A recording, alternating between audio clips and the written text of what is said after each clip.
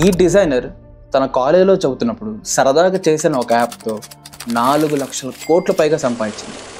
ఈ యాప్ని ప్రపంచవ్యాప్తంగా 22 కోట్ల మంది ఇన్స్టాల్ చేసుకున్నారు. 2007లో ఆస్ట్రేలియాలో డిజైనింగ్ నేర్చుకుంటున్న ఒక 19 ఏళ్ల మెలనీ పర్కిన్స్ తన డిజైనింగ్ చేస్తున్నప్పుడు ఫోటోషాప్స్ లాంటి యాప్స్ తనకి చాలా కష్టంగా అనిపించింది.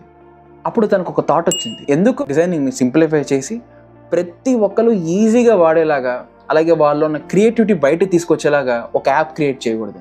అలా ఒక మంచి ఇనిషియేటివ్తో స్టార్ట్ అయిన యాప్ పేరే క్యాన్వా. దీన్ని 2013లో లాంచ్ చేశారు. ఫన్ ఫ్యాక్ట్ ఏంటంటే లాంచ్ చేసిన 1 ఇయర్కే 75,000 పైగా యూజర్స్ దీన్ని ఇన్స్టాల్ చేసుకున్నారు.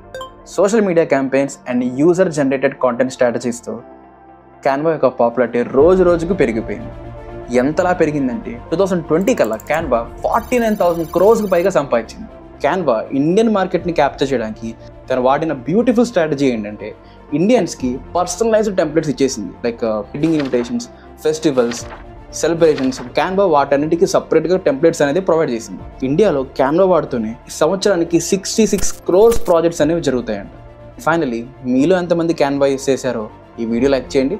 అలాగే మీరు చేసిన ఫస్ట్ ప్రాజెక్ట్ ఏంటో నాకు కామెంట్ చేయండి. అండ్ మీ డిజైనర్ ఫ్రెండ్కి ఈ వీడియో షేర్ చేయండి.